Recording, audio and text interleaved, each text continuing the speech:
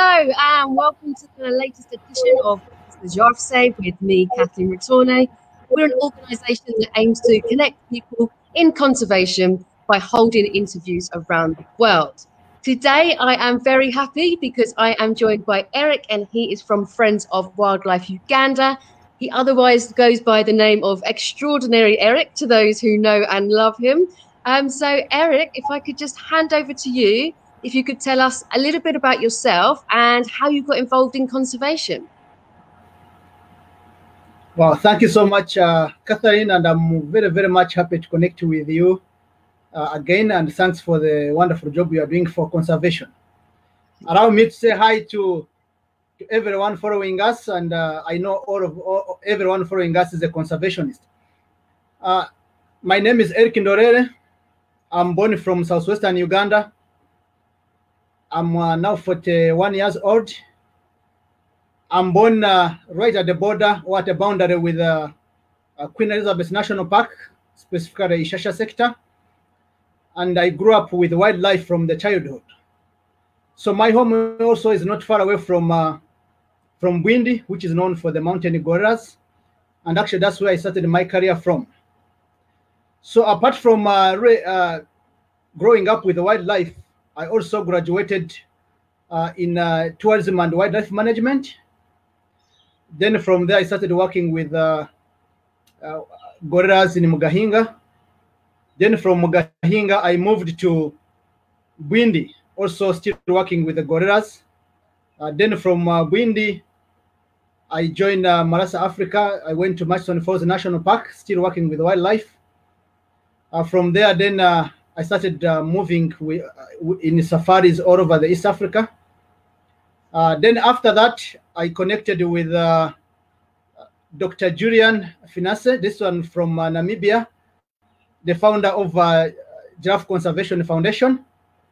So we started doing an amazing work of translocating giraffes from one point to another, crossing them River Nile, taking them to Lake Mburo, taking them to Kidepo Valley National Park, and also taking them to Pianupe Wildlife Reserve.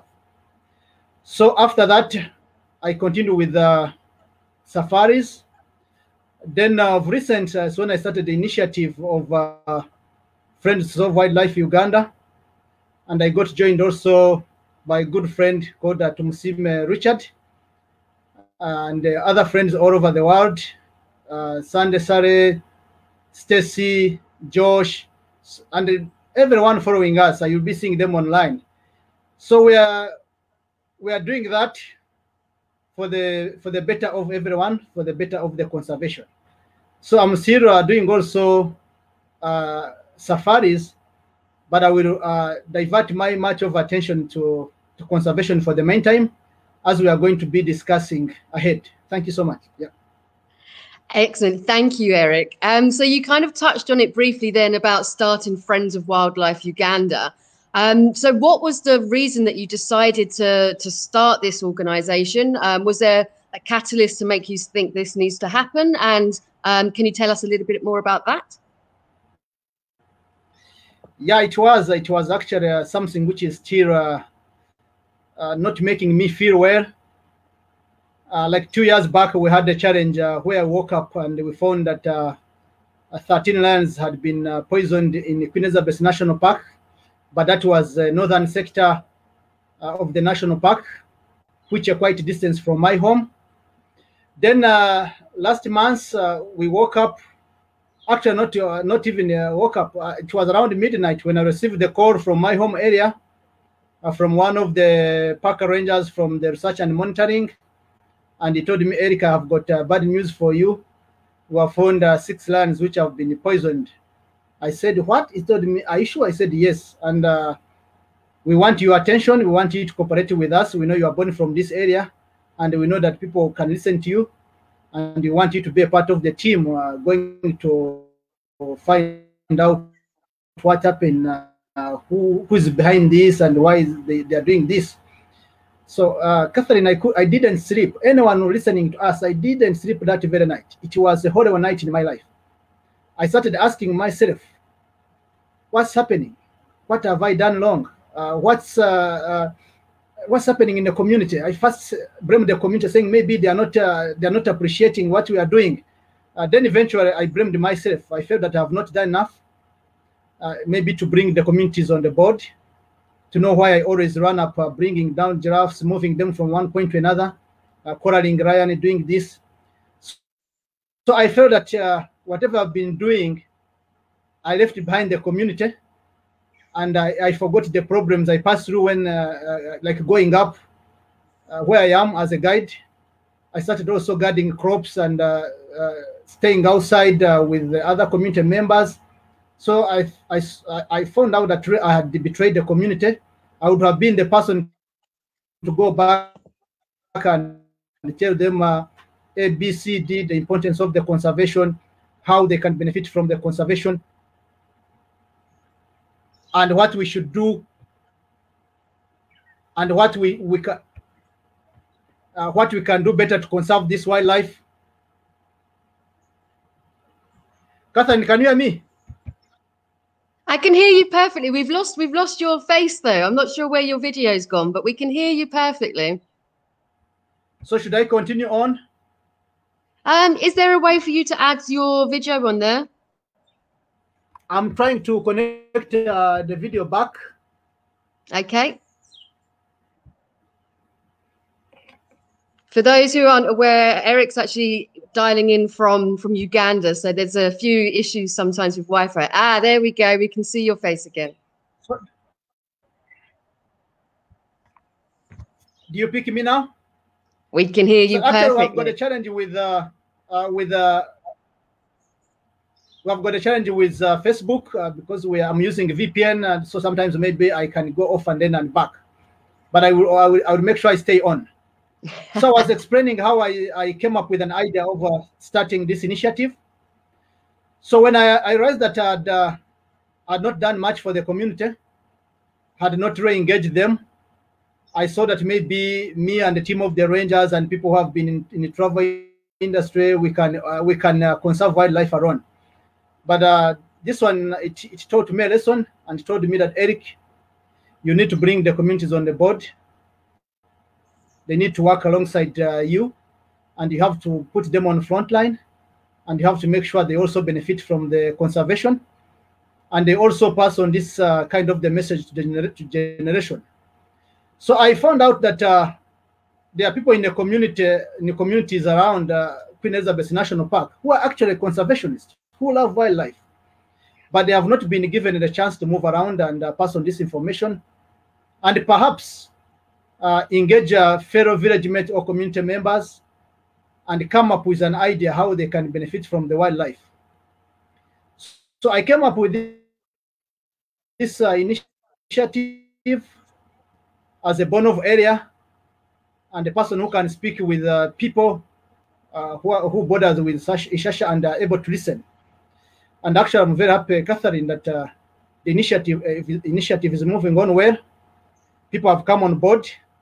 Communities are responding very well. And in the future, we are going to have perhaps lions climbing trees everywhere in Ishasha. We are going to save the remaining lions we have in the park. So what was the issue with the poisoning with the lions? Is it because they were attacking the cattle? Basically,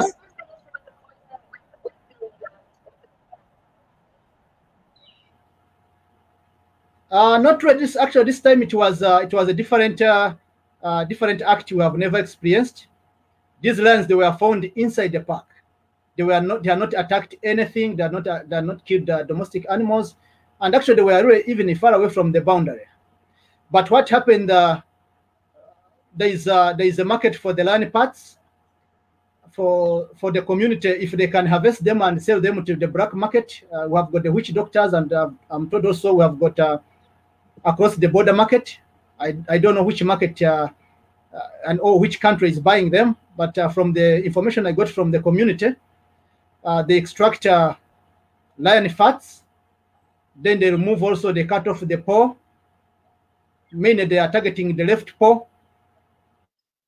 Then they also want the part of the skin, they want the tail, and they want also canines and also nails. These are the parts which are really have got the market, and I'm told the land fats like 300 meals, it can go to $400, and that's a lot of money to a local person who cannot even earn $1 in a day. So that one puts lions on the risk.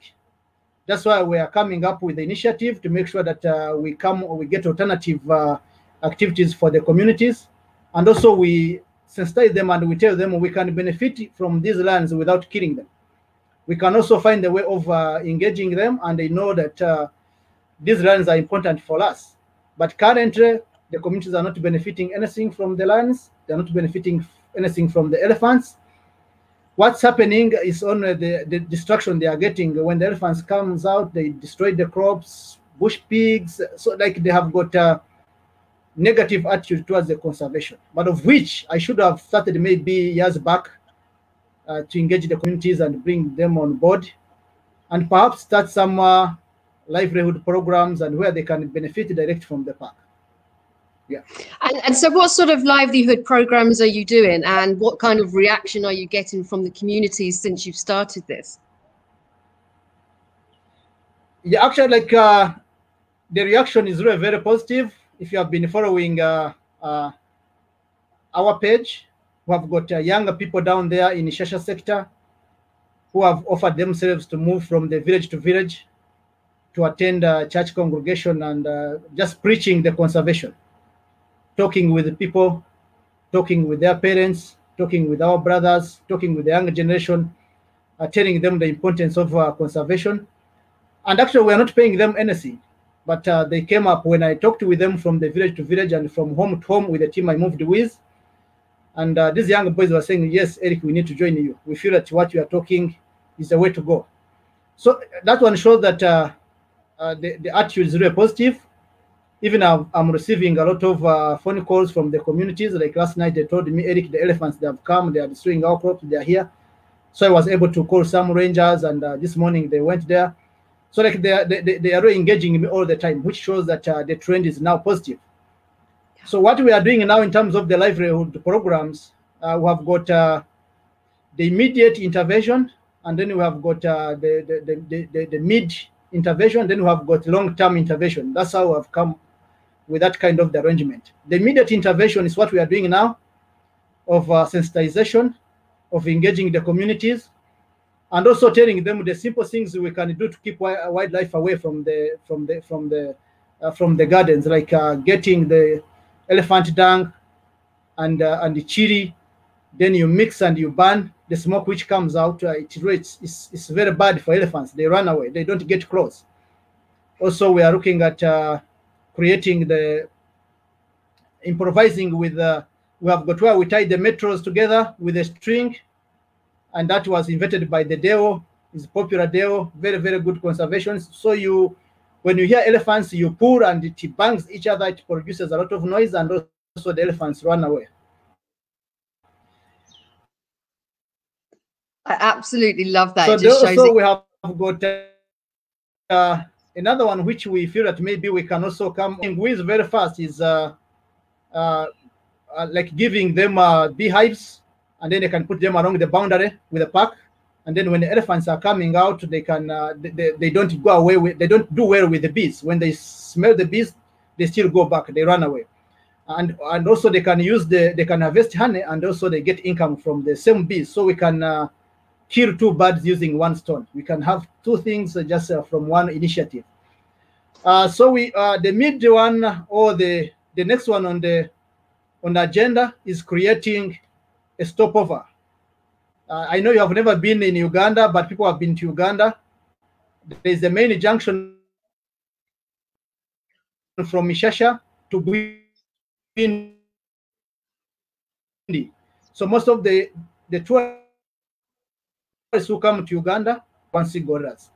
So this is a junction we have earmarked where we are going to put a community stopover for all these 12 communities, where they can display their handicraft, whatever they are making from their homes. We are going to teach them how they can make the excellent products with big demand from the travelers, from the tourists. And perhaps also we are going to teach them how to make the fabrics, very nice fabrics. And And then when tourists are coming in, they can stop at this point. They buy the fabrics, perhaps also use the washrooms and have a cup of coffee. And this money goes direct to the community. And actually what we are going to do when we teach these women and the group of men, if they come up with the carving or they make a basket, we put the tag. We say this basket is for Eric, which was made by Eric. And then we put the price. So when we sell it today and tomorrow we find that it has been sold according to our codes, then this money goes direct to Eric, goes direct to Catherine, like that. So by doing that, we are making the communities benefit direct from the national park. And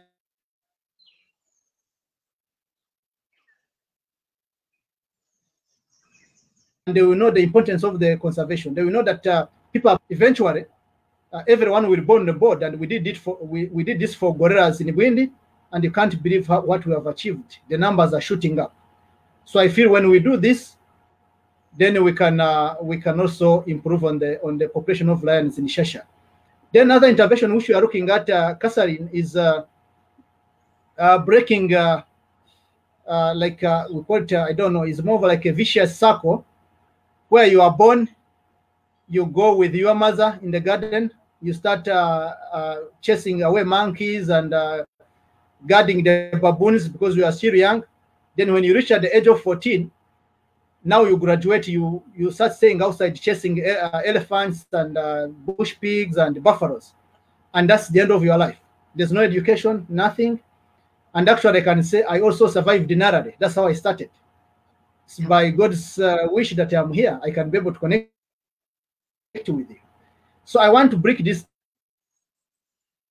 I want to break this vicious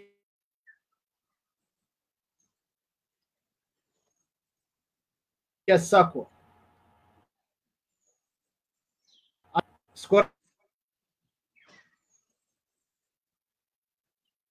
For the kids, we are going to be from each village. Parents were open to me and they told me, Eric, even if outside guarding the crops against the elephants, I suffer with elephants day and night, but I get to know that my kid has got future. I will follow you. I will work with you. So that was something which came on the table. And everyone, actually, there's a guy I studied with in the same school. He dropped out in the senior one because the elephants had destroyed their corny garden and he had no school fees at all. So from there, that was the end of his education. So he looked into my eyes. He said, Eric, I was with you in the same class. You look at my children. They are doing the same. They are guarding crops. So they are going to be like me. So there's no future. And that's why people are killing wildlife. So that's what I'm going to also to come in and intervene. And I'm going to use even a small coin I will be earning from the guiding, and maybe with also well wishers and everyone who wants to donate to us, to make sure that we start with maybe a few kids from each village, and then we start moving. And when we do this, I will feel that now we are moving. So we've got good interventions, but the challenge is how to get the funding. Then also the question which I got yesterday, someone asked me, you are tackling the poachers, people who are poaching the animals, who are poisoning lions, and these are men, but you have started dealing with women. Why are you dealing with women? That was the question which I got yesterday. But Catherine, we believe that when you help a woman, you are helping the whole nation, you're helping the whole family. And once the mother is okay, once the mother has got food at home, once the mother has got the money to buy the clothes for the kids, and the kids can go to school, and then the family will stabilize. There's nobody who's going to go to the park. And also, we are not leaving men aside. We are also planning something for men where they can maybe get involved in fish farming, where they can have poultry farming. And also, actually, they asked me what is going to be alternative for the protein, because they have been getting meat from the park. That's what they do. They go, they poach, make money to. So I told them we are going also to look at that option where we can give them maybe the poultry. They can start doing a poultry keeping. Maybe they can do piggery. I disagreed with the idea of giving them the goats, and maybe because the goats they meander a lot, they can go in the park. Then at the end of the day, when they go in the park again, when they come out, when the lions are moving and leopards, they will pick the scents of the goats. Then they will come following the goats in the community. But we are looking at giving them the domestic animals which are stationed, like poultry or the piggery, the one they can pick in their homes and they cannot cross the boundary and they go in the park. So that's also an intervention we are looking at. But eventually we are going to have everyone on board. And trust me, if everyone joins us and as we are appealing to you, in the future you will see lions hanging in the trees everywhere in the Ishasha sector. And that one will be my happiness. Yeah. I absolutely love all of that. And I can see that it's such a well thought out initiative, and you've been really like kind of digging deep into how it works for your communities and what can actually help to make it a sustainable income. We've had a message come through from Stacey Saddlefield, who I know is a friend of both of us. And she's asking, how can people outside of Uganda help the locals to recoup their losses in order that they can still want to protect their natural heritage?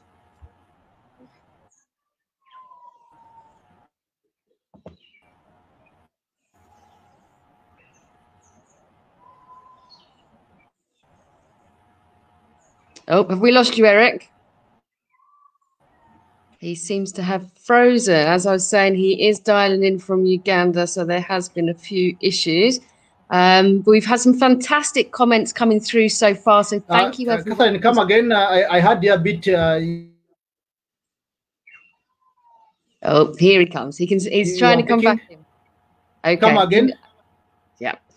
So Stacey is asking how. Stacey's asking, how can people outside of Uganda help the locals to recoup losses in order that the locals still want to protect their heritage? Oh, thank you so much, Stacey. Actually, allow me to give like I don't know. I can a very big appreciation to Stacey and everyone, Sunday Sare from the Hills of Africa, and Josh and the other people who are following us, and everyone actually who has been there for the communities and asking such a questions. Currently we are looking at using Stacey and Hills of Africa or Sunday Sare to be the focal point for the people who are outside. For the meantime, if you want to reach out to the communities in Uganda or in Ishasha sector, please you can contact Stacey direct, or you can contact Sunday Hills of Africa. So they will be able to guide you how you can donate, and we make sure that even a small coin you will give us, it is going to be accounted for, and will go direct to the community. And actually, we have revised our approach. The government approach has been top to bottom approach, but now our approach is dealing with the bottom direct, because these are people who are affected. These are frontliners in terms of conservation. As I talk now, I know people outside there guarding their crops from the elephants, from the buffaloes, from the bush pigs, from lions. So these are the people I want to deal with direct. If we say we are giving poultry, we don't need to pass through anyone or the local authorities, or they want to pass through the area chief, though we are going to involve them to be with us because we need them because of their influence. But when it comes to giving the support, we are dealing with the right people and the people who can change the conservation status in the Ishasha sector. Yeah, so for the meantime, reach out to Stacey and Sunday, but we are opening the DORA account soon because we are done with the paperwork in Uganda, registration and everything.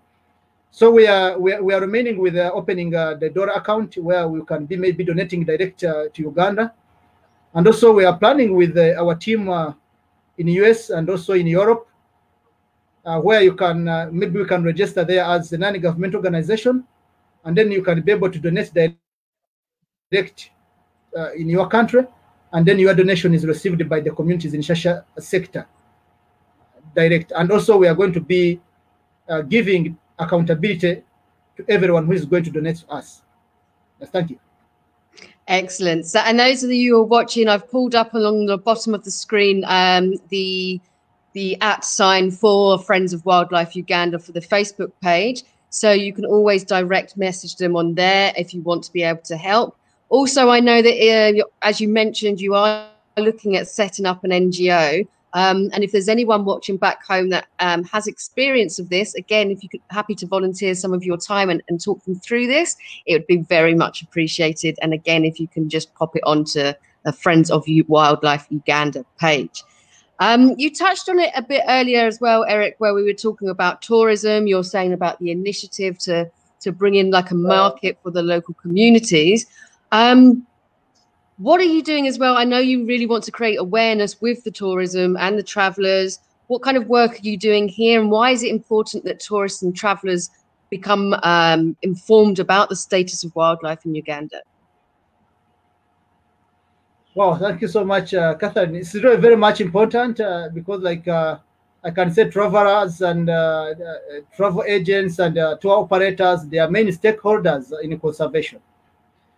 And the travel industry, actually, it's complete when you have conservation. So they go hand in hand. So without conservation, then the travel industry is much affected. So you maybe would find people traveling only for business. But when you want to have like the meaningful vacation where you can go in the middle of nowhere in wildlife, in the national park, and then you enjoy nature, you enjoy Mother Nature, then conservation is a part of the travel industry, and you can't separate them. So why I'm bringing them in here, they are very, very important, and then these are important stakeholders, and who can change the status quo, who can quickly change the attitude of the communities once we work together. And actually, I want to engage all the tour companies we have in Uganda, and also I'm appealing to Sandy and everyone listening to us, also to appeal to all agents all over the world, travel agents, to make sure that when they are doing the costing, unless they add maybe 1%, let me say, or 2% of conservation, and we get to know that this money is going direct to conservation. And when they look around, they say which organization is doing a better job in terms of conserving wildlife. What is the Friends of Wildlife doing in Ishasha? How are they like improving the wildlife population in the area? Then you say, I'm going to give my support to Friends of Wildlife, or I'm giving it to Giraffe Conservation Foundation, because they are moving giraffes from one side to another. So when we do that, then we are going to conserve wildlife. Then also with the travelers, when you sign in to come to see wildlife, we believe that you are conservationists, you love wildlife. And then also want you to know what it takes to make these animals survive. If you look at an elephant, you see an elephant with a huge tusks, or you see a big lion with a big mane, or you come here and you see the silverback, and you see a big family of gorillas. You get happy, you feel happy, you take pictures, you have got good memories, but you don't know what it takes and how it is when you are a neighbor to that silverback. You don't know how people are feeling, those communities who are staying very close to this big elephant, and what the elephant is close to the communities. And actually, Catherine, what I normally do, people who have traveled with me, they can pay a witness. I always make sure that I introduce them to the concept of conservation. If we see an elephant, I have to tell them that this elephant, it may require like 400 kgs of vegetation in a day, and perhaps those 400 of vegetation, maybe there's 10% of the community's crop. There are some crops from the communities, so they get to know that it's not easy to live alongside wildlife. So we intend to make sure that our guests get to know, and then they can join us, they can support us. Even $1 or $2, even $5, it can make a difference. It can take a kid to school for one term. It can buy materials to make the baskets for the women, and in return they are going to earn money, and then they support their families. So I always tell people that when you travel, it's always good to leave nice or wonderful footprints behind. Let the communities remember, and they say, we had a group from from North America, we had a group from UK, we had a group from Ireland, we had a group from Spain. Let people remember the travelers for the good thing. Let us get connected with the communities. So that's what I'm doing, and initiative is going to bring all the tour companies in Uganda. They get to brief the guests that you have to stop in Ishasha sector and support these communities. We want them on board, and then eventually we are going to achieve total conservation in this area. Yeah. Excellent. Kind of feeding off a little bit from that. We were talking previously about how the tourism does help bring in these income and helps the communities. With COVID happening, obviously there's been a decrease in tourism quite substantially. What effect is this having on the local communities, and is it impacting on terms of poaching and things like that? Yeah, actually, the COVID has done more harm to conservation than good, even to us, to the guides, and to everyone following us. Catherine, it has been one of the hardest situations people have been in, especially in travel industry. Even the companies, even I know our travel, even our agents abroad, even like Hills of Africa, they have been struggling. They have no business, and also to the communities. There are few communities, maybe around the Gorillas and around the Ishasha also, who had started getting small benefit from the tourism, like with a few kids, maybe one here and there working with the lodges. But all of them, they were sent back home, and now that was a total loss. There's not even a single coin going into the community, and maybe perhaps this is the reason why these boys were forced to go and harvest the land parts, the parts for the lands, to go and sell in the black market and get money. So maybe that one also was a part of the reason. And also perhaps if the tourism was going on, then Catherine, I'm very sure these lands maybe they were not going to die, because we would. This is a group we used to follow very much. We would follow that group of the lions most of the time, because they love climbing all the time. They would be up in the trees. And even this is the same group we were able to film and photograph during the November trip with the Sunday and the team and other agents. And then every time when I look at the pictures and I say this lion is dead, this one is dead, I feel devastated again. So all is attributed to COVID, but everything's not lost. We can still move ahead.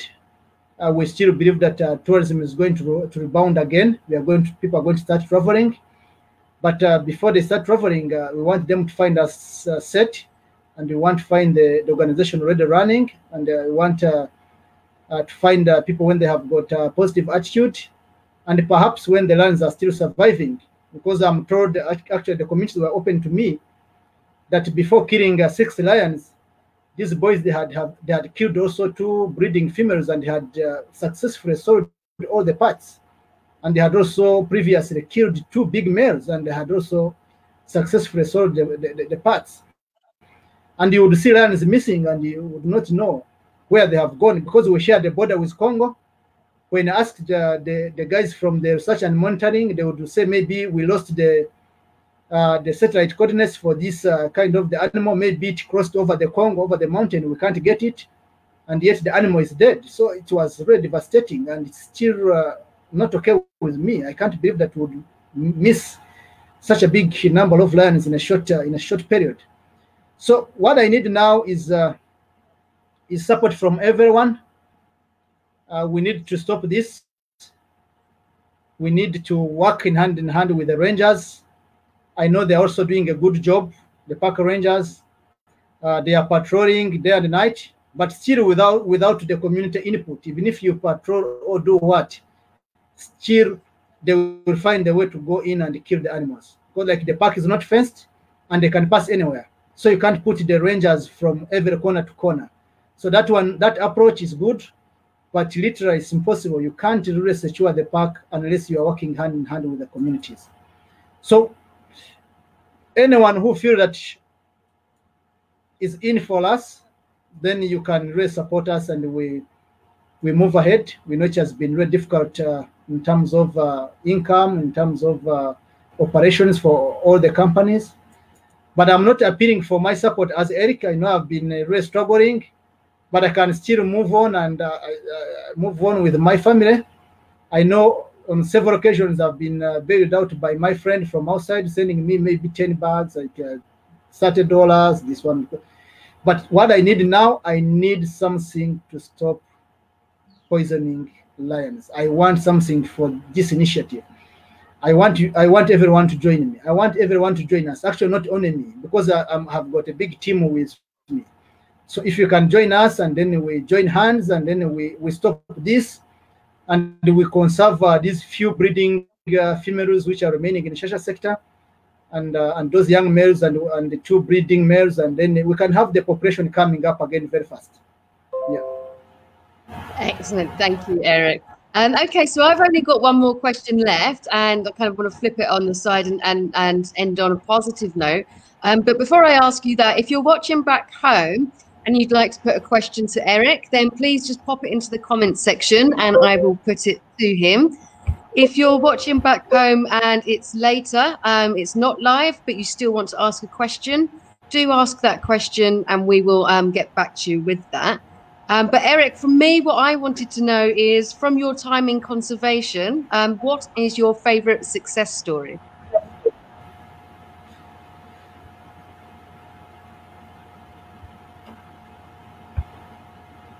Come again? What's your favorite success story? Actually, my favorite success story is there are 2. One is when I started working with the gorillas. I was still a young man and very energetic with other rangers around myself. And then I got trusted by the management. One of my immediate supervisor, he would send me in the community to go and talk with the community about the conservation. So basically, do sensitization. So one day I got to present our overall boss in the community, and he had given me the list of the things I was supposed to talk with in the community and bring them on board, and they join us, and they become a part of us in conserving the gorillas. So when I reached, I was still young. They had given me even the truck, the vehicle. We drove for a long distance. So I started talking. I talked with the communities. I explained to them in a local language, and some were able to listen to me. And then towards the end, I asked them whether they have got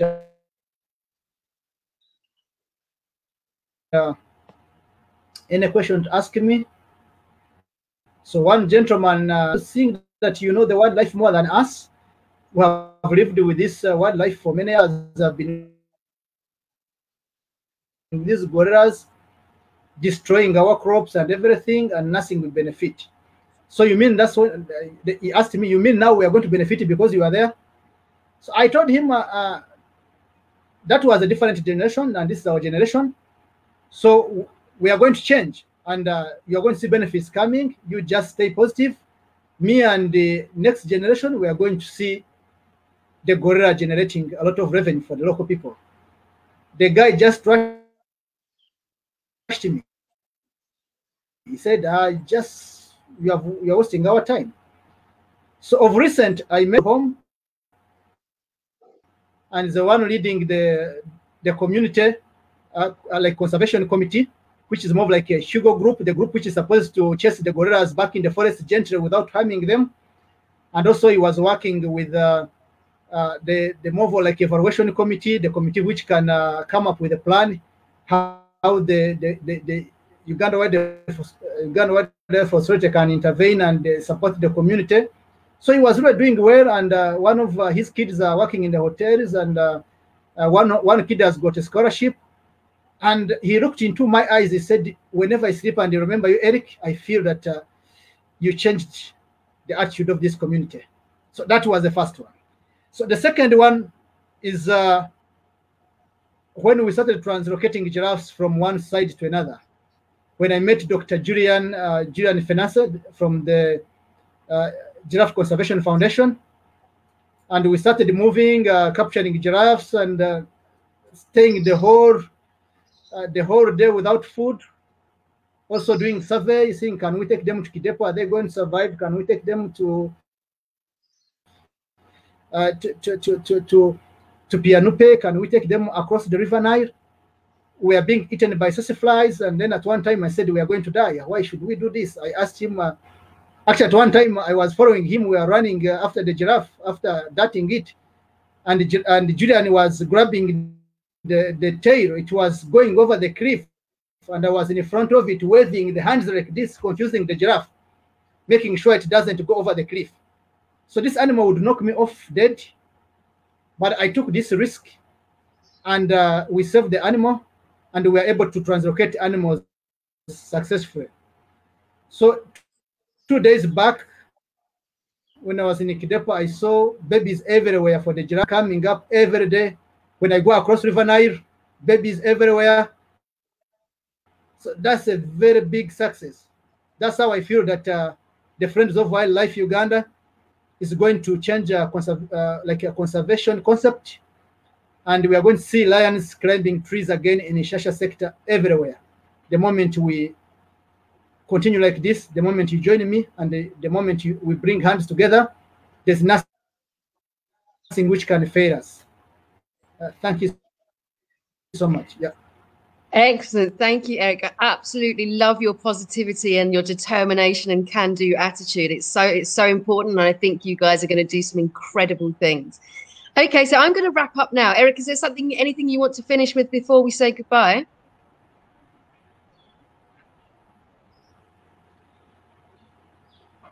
What I would finish with is tell people that it's better you do something you feel that is good, and you start with it when you are still energetic, and you create a positive change. And I feel, Catherine, if I had known when I was still working with the gorillas or working in Murchison Falls that the communities needed me back home, I would then I start by then maybe engaging them and introducing them to this section where we are going. Like perhaps start an initiative like this one. Maybe we would have saved more lions in Ishasha sector, more elephants and more buffaloes and more antelopes. And maybe these 6 lions and those 2 females and those big males, they wouldn't have died. We would be having the big population of the lions. So I feel when you look around, you see someone, know that you need that person. You know, we have got what we call a symbiotic relationship. We are surviving on each other. So when I worked as a ranger, I saw that patrolling and we are protecting animals, we are going to achieve it. But eventually I've got to know, without the communities, without having everyone on board, you cannot achieve total conservation. So I call everyone to join us, and we conserve wildlife in Uganda. Thank you so much, and greeting to everyone who is following us. And thank you so much, Catherine, for always sticking out. In the conservation, we say, stick out, like bring your head up for the wildlife. And you always do this excellent, amazingly. And we have got also people who are following us, like Stacy, Sunday, Mary, many people there down in Ishasha. He has never been to school, but he's an amazing guy. We have got Richard, the one I've been running with, Tumsime Richard in the field, like spending the whole day without food because we have got no reception. These are amazing people. I believe that you too, you can join us, irrespective of where you are. I know you are in thousands of the miles away from us, but in any way you can even dropping a message on our web on our page and say, Thank you so much, guys. What you are doing is an amazing job. You are giving us more fuel. You are giving us more courage to keep us moving. And we feel that with you on board, everything is going to be possible. Yeah, thank you so much.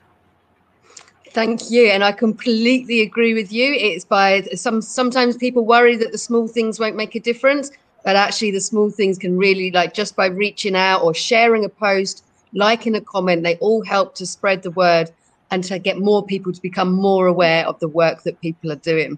So thank you everyone for tuning in wherever you are in the world. If you have enjoyed this and you haven't done so already, then please head over to Friends of Wildlife Uganda's page and give them a like and a follow. If you haven't done so already, then please also head over to What Does the Giraffe Say Media's page and give us a like and a follow too. We've got lots of great interviews lined up, and you can also see many of the previous ones as well. But from me, enjoy the rest of your day.